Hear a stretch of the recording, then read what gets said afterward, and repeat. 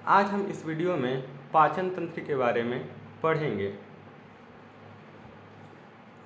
अब देखेंगे कि हमारा भोजन किन किन प्रक्रियाओं से वह पाचन होकर हमारे कोशिकाओं को ऊर्जा प्रदान करता है। जब हम भोजन ग्रहण करते हैं तो उसमें बहुत सारे जटिल पोषक पदार्थ और बड़े बड़े अणुओं के रूप में वह भोजन होता है। अब उस भोजन में जो उस भोजन को छोटे छोटे टुकड़ों के रूप में तोड़ना और घुलनशील पदार्थों के रूप में तोड़कर उससे हमारे कोशिकाओं को ऊर्जा प्रदान करने की ऊर्जा प्रदान होता है। अब इन पोषक पदार्थों को छोटे छोटे टुकड़ों के रूप में विभिन्न प्रकार के जो टूटता है वो इनमें भिन्न भिन्न प्रकार के एंजाइम सहायक होती है। और ये जो हमारे पाचन में जो सहायक होता है वो आहारनाल और बहुत सारे पाचक ग्रंथियाँ इसमें सहायक होती है। अब हम देखेंगे ये आहारनाल क्या होता है। आहारनाल, जो ये आहारनाल है, इसे आहारनाल का मतलब होता है, आहार का मतलब भोजन और नाल का मतलब होता है नली। यानी हमारी जो भोजन होता है वह जिन जिन नलियों से होकर गुजरता है उसे हम आहारनाल कहते हैं। हमारा भोजन पहले जाता है मुख गुहा में, फिर यहाँ से जाता है ग्रासनली में, फिर यहाँ से जाता है अमाशय में जिसे पेट कहते हैं, फिर जाता है छोटी आंत में, फिर बड़ी आंत में, फिर रेक्टम में। यानी हमारा आहारनाल मुख गुहा से शुरू होता है और रेक्टम पर समाप्त होता है। और आहारनाल के अलावा बहुत सारे पाचक ग्रंथियाँ होती है। इससे मुख में होती है लार ग्रंथि, मुख है इसमें लार ग्रंथि होती है। और जो हमारा ये अमाशय है, इस अमाशय में जठर ग्रंथियाँ होती है। इससे विभिन्न प्रकार के एंजाइम्स निकलता है। और यहाँ इससे छोटी आंत में आंत ग्रंथियाँ होती है या यकृत ग्रंथियाँ है या अग्न्याशय ग्रंथियाँ होती है, जो भोजन को एंजाइमों के विभिन्न प्रकार के एंजाइम स्रावित करके यानी उससे एंजाइम्स निकलता है जिससे हमारा भोजन पचता है। अब हम एक एक आहारनाल के एक एक भाग को देखेंगे।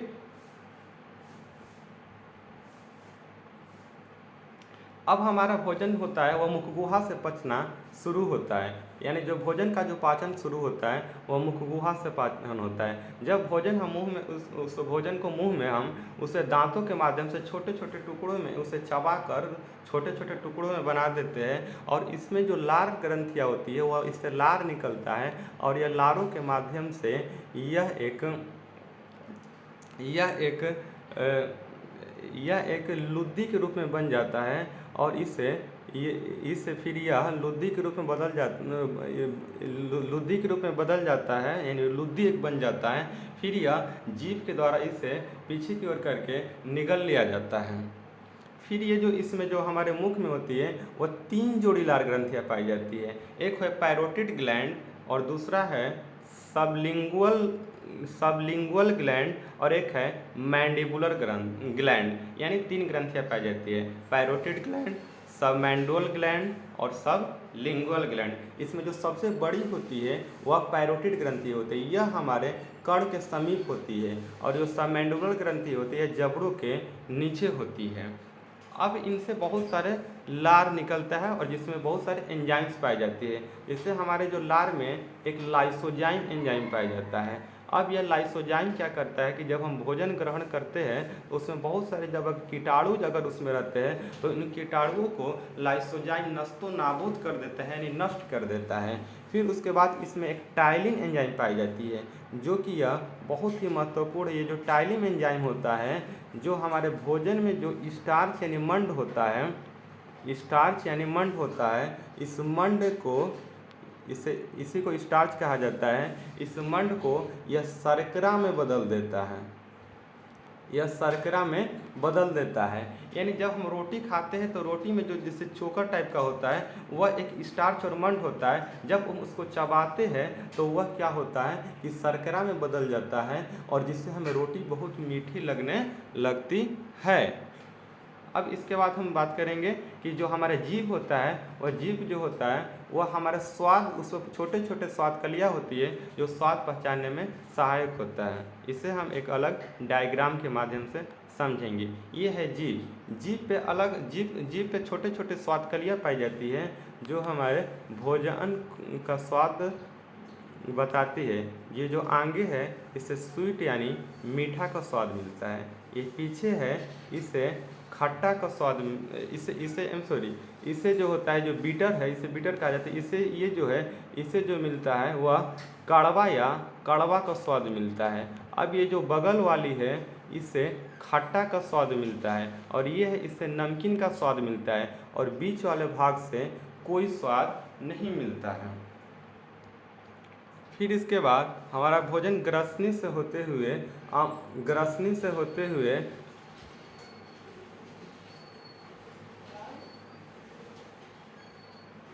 ये है ग्रसनी। यहाँ ग्रसनी में जब भोजन आता है तो ग्रसनी में दो छिद्र होते हैं। ग्रसनी में दो छिद्र होते हैं, एक छिद्र को कहा जाता है कंठ द्वार और एक छिद्र को कहा जाता है निगल द्वार। अब यह निगल द्वार जो है वह आगे ग्रासनली में खुलती है, जबकि जो कंठ द्वार है वह आगे ट्रैकिया यानी श्वास नली में खुलती है। कंठ को लैरिंक्स कहा जाता है और इसका मुख्य कार्य कंठ को लैरिंक्स कहा जाता है, और इस लैरिंक्स का मुख्य काम है कि ध्वनि को उत्पन्न करना। इस कंठ द्वार पर एक एपिग्लोटिस नामक पट्टी होता है। जब हम भोजन या ग्रसनी में जाता है तो यह भोजन हमारा ट्रैकिया यानी श्वासनली में ना जा पाए एपिग्लोटिस, इसलिए इस पट्टी के द्वारा, एपिग्लोटिस नामक पट्टी के द्वारा इसे ढक लिया जाता है और हमारा भोजन ट्रैकिया यानी श्वासनली में नहीं जाता है। अब यह निगल द्वार जो आगे होता है वह ग्रासनली में खुलता है, और ग्रासनली से भोजन होते हुए यह हम आमाशय में जाता है। जो ग्रासनली की जो सतह होती है इससे एक चिपचिपा पदार्थ यानी म्यूकस से एक चिपचिपा पदार्थ निकलता है, जिससे सरकते हुए हमारा भोजन आमाशय में जाता है। ग्रासनली की दीवारों में जो संकुचन की क्रिया होती है, जिससे फैलते और सिकुड़ते हुए पूरा इस तरह ये जो भोजन फैलते और सिकुड़ते हुए हमारे आमाशय में जाता है। फिर अब हम आमाशय को देखेंगे एक अलग डायग्राम।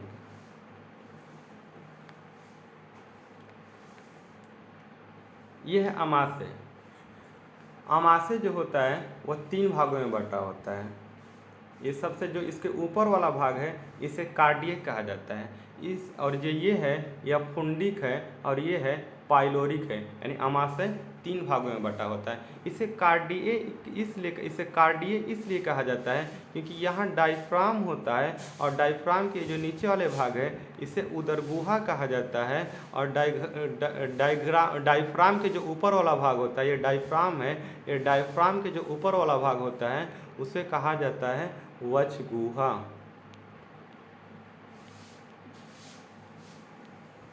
उसे वक्षगुहा कहा जाता है। तो यहाँ जो डायफ्राम के जो ऊपर वाले भाग है यहाँ यह हार्ट होता है, और यहाँ यह फेफड़ा होता है। तो जो हार्ट होता है यह कार्डियक ऊतक का बना होता है, इसलिए इसे कार्डियक कहा जाता है।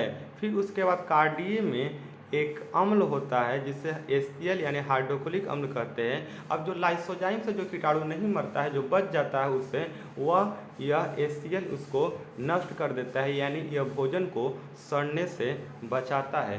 फिर यहाँ पाइलोरिक भाग में हमारा भोजन आता है। अब यह पाइलोरिक जो होता है यह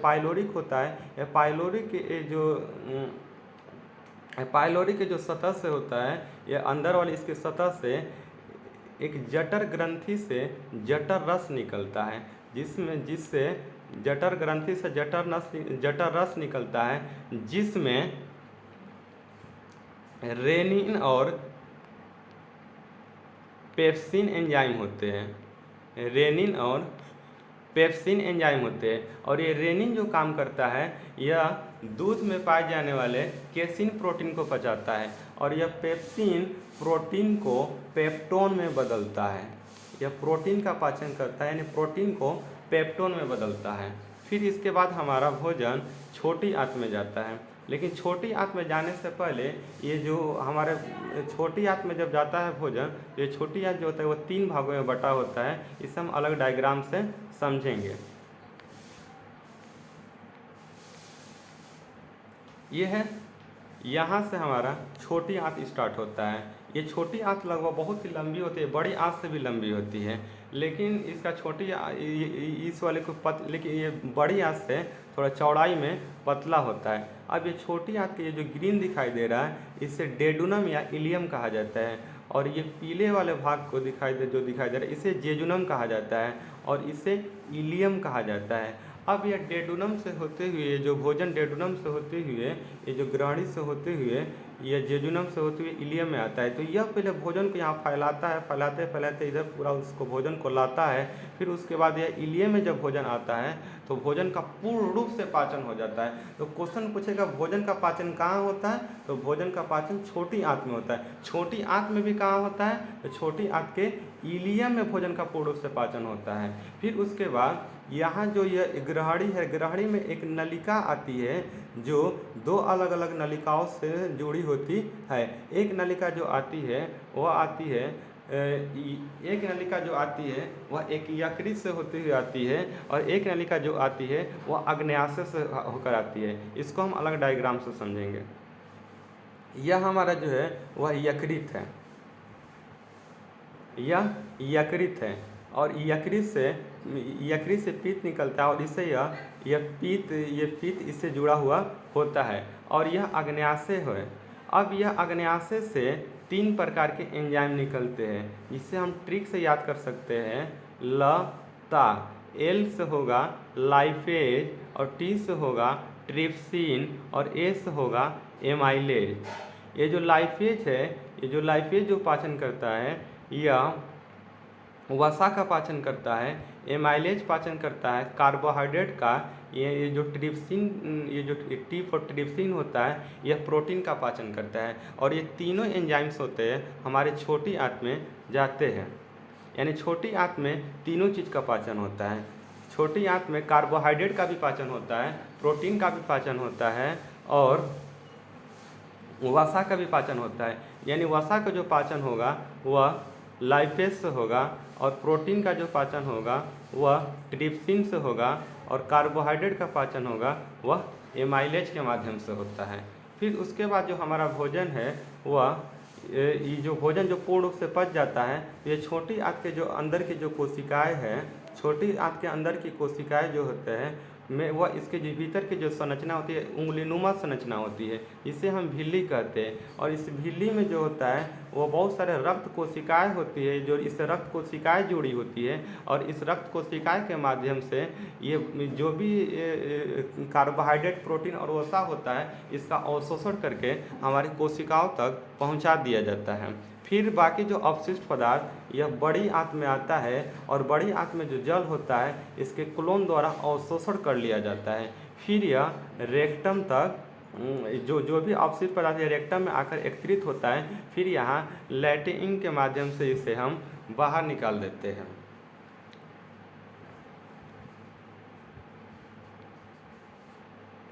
अब हम इससे बनने वाले कुछ महत्वपूर्ण प्रश्नों को देखेंगे कि एग्जाम की दृष्टि से इसमें कैसे कैसे प्रश्न पूछे जा सकते हैं। तो आहारनाल, मनुष्य का आहारनाल जो क्या होता है यह मुगुहा से शुरू होता है और रेक्टम तक खत्म होता है, जैसे कि हम अभी वीडियो में समझाए हैं। आहारनाल जो होता है वह 32 फीट लंबी होती है।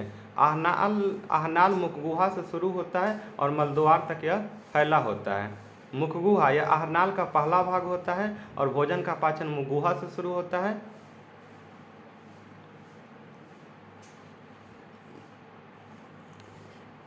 लार में 90% जल होता है और 10% एंजाइम होते हैं।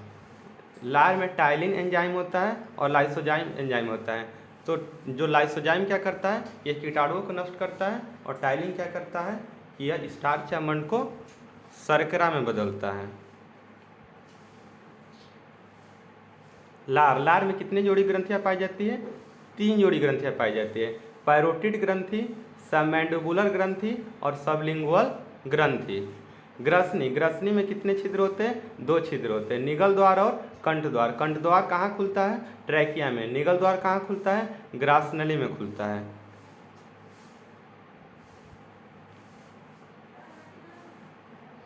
ग्रासनली की लंबाई कितना होती है? यह 25 cm होता है। इसमें भोजन का पाचन नहीं होता है। इसका क्या काम है? यह मुखगुहा और अमाशय को जोड़ता है।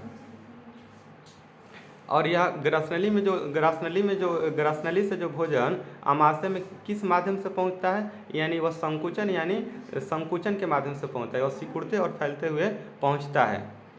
अब हम अमाशय से बनने वाले प्रश्न को देखेंगे। अमाशय की लंबाई कितना होती है? अमाशय की लंबाई 30 cm होती है। अमाशय की जो चौड़ाई होती है वो भोजन के अनुसार घटता और बढ़ता रहता है। अमाशय भोजन का अस्थायी भंडार है। क्यों? क्योंकि इसमें मात्र भोजन 3 से 4 ही घंटा रहता है। अब अमाशय में जो होता है वह रेनिन एंजाइम पाई जाती है और पेप्सिन एंजाइम पाया जाता है। यह इसका जो स्रावी होता है वह पाइलोरिक भाग में इसका स्रावी होता है और जठर ग्रंथिया के द्वारा। रेनिन किसका पाचन करता है? रेनिन जो पाचन करता है वो दूध में पाए जाने वाले प्रोटीन का पाचन करता है। पेप्सिन किसका पाचन करता है? पेप्सिन जो पाचन करता है वह प्रोटीन को पाचन करता है। किस में बदलता है प्रोटीन को? प्रोटीन को पेप्टोड या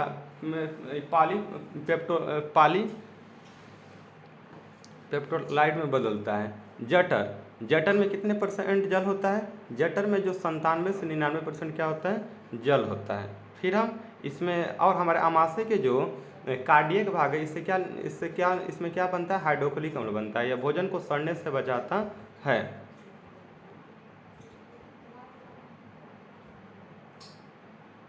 जठर ग्रंथिया की जो होती है वो 3 कोशिकाओं इसमें 3 प्रकार की कोशिकाएं पाई जाती है।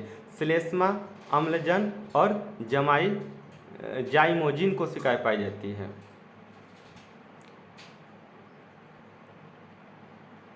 छोटी आंत को क्षुद्रांत भी कहा जाता है।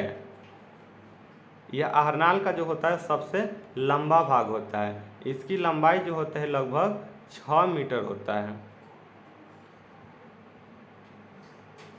छोटी आंत कितने भागों में बटा होता है? 3। कौन कौन? ग्रहणी, जेजुनम और इलियम। जेजुलम जो होता है वह छोटी आंत का मध्य भाग होता है और छोटी आंत का जो अधिकांश भाग जो होता है वह इलियम, सबसे बड़ा छोटी आंत का जो भाग होता है वह इलियम होता है। इसमें भोजन का पूर्ण रूप से पाचन होता है।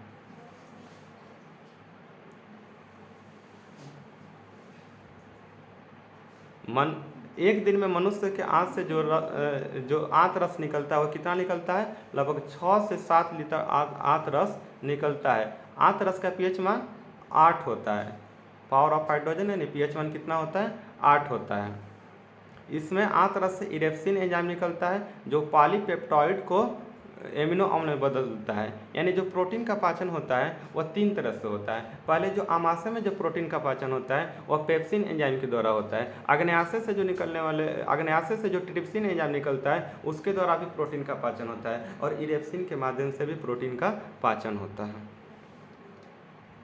लैक्टेज, यह दूध में पाए जाने वाले लैक्टोज को ग्लूकोज में बदलता है। नेक्स्ट, अब हम इससे कुछ महत्वपूर्ण चीज़ों को, कुछ फैक्ट को देखते हैं। तो कार्बोहाइड्रेट का पाचन जो होता है वो मुखगुहा से उसका शुरू हो जाता है। यानी जो कार्बोहाइड्रेट जो शर्करा होता है वो इसमें जो मंड यानी स्टार्च होता है इसका पाचन मुखगुहा से शुरू होता है। अमाशय में कार्बोहाइड्रेट नहीं पचता है। उसके बाद फिर कार्बोहाइड्रेट का पाचन कहाँ होता है? छोटी आंत में। अमाशय में किसका पाचन होता है? अमाशय में जो पाचन होता है वह प्रोटीन का पाचन होता है और ये जो केसिन प्रोटीन होता है दूध में पाए जाने वाले और उसका पाचन होता है। फिर वसा का पाचन वसा का जो पाचन होता है वह अमाशय से शुरू होता है और प्रोटीन का भी पाचन जो होता है वह अमाशय में होता है। यकृत जो होता है यह मानव शरीर की सबसे बड़ी ग्रंथि है। इसका वजन 1.5 से 2 kg होता है।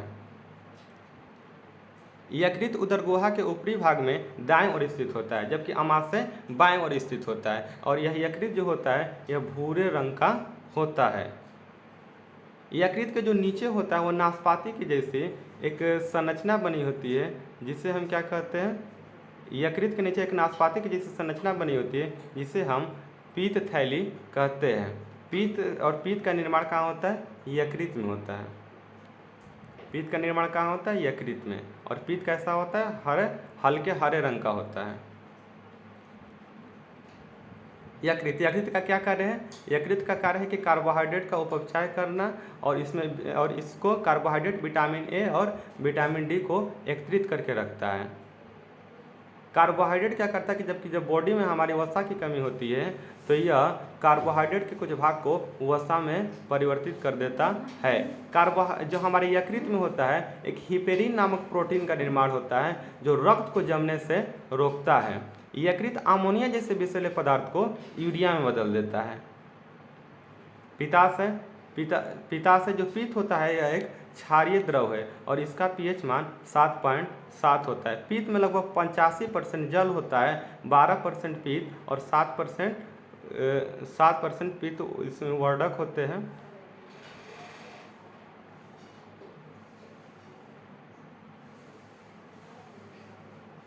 आग्नेयाशय यह मानव शरीर की दूसरी सबसे बड़ी ग्रंथि है। यह ठीक अमाशय के जो होता है वो ठीक नीचे स्थित होती है और इसमें लैंगरहैंस द्वीपिकाएँ पाई जाती है और लैंगरहैंस द्वीपिकाएँ के द्वारा तीन प्रकार की तीन कोशिकाओं में बटा होता है। अल्फा कोशिका, यह कोशिका क्या करता है, यह ग्लाइकोजन हार्मोन इससे निकलता है। बीटा कोशिका यह इंसुलिन नामक हार्मोन को स्रावी करता है और इंसुलिन की कमी से क्या होता है कि मधुमेह या डायबिटीज रोग होता है। क्यों? क्योंकि इंसुलिन की कमी से क्या होता है कि इंसुलिन किसका पाचन करता है, इंसुलिन शर्करा को पचाने में सहायक होता है और हमारे बॉडी में शर्करा की मात्रा अधिक हो जाने की वजह से वह डायबिटीज या मधुमेह रोग होता है। और इंसुलिन जब हमारे बॉडी में बहुत ही ज़्यादा मात्रा में बनने लगेगा तो हाइपोग्लासीमिया रोग हो जाएगा। फिर इसमें गामा कोशिकाएं पाई जाती है। आमाशय से निकलने वाले कुछ हार्मोन्स है जिसे ट्रिप्सिन है, इसको हम शॉर्टकट में याद करेंगे लता। T for trypsin, A for amylase और L फॉर लाइफेज।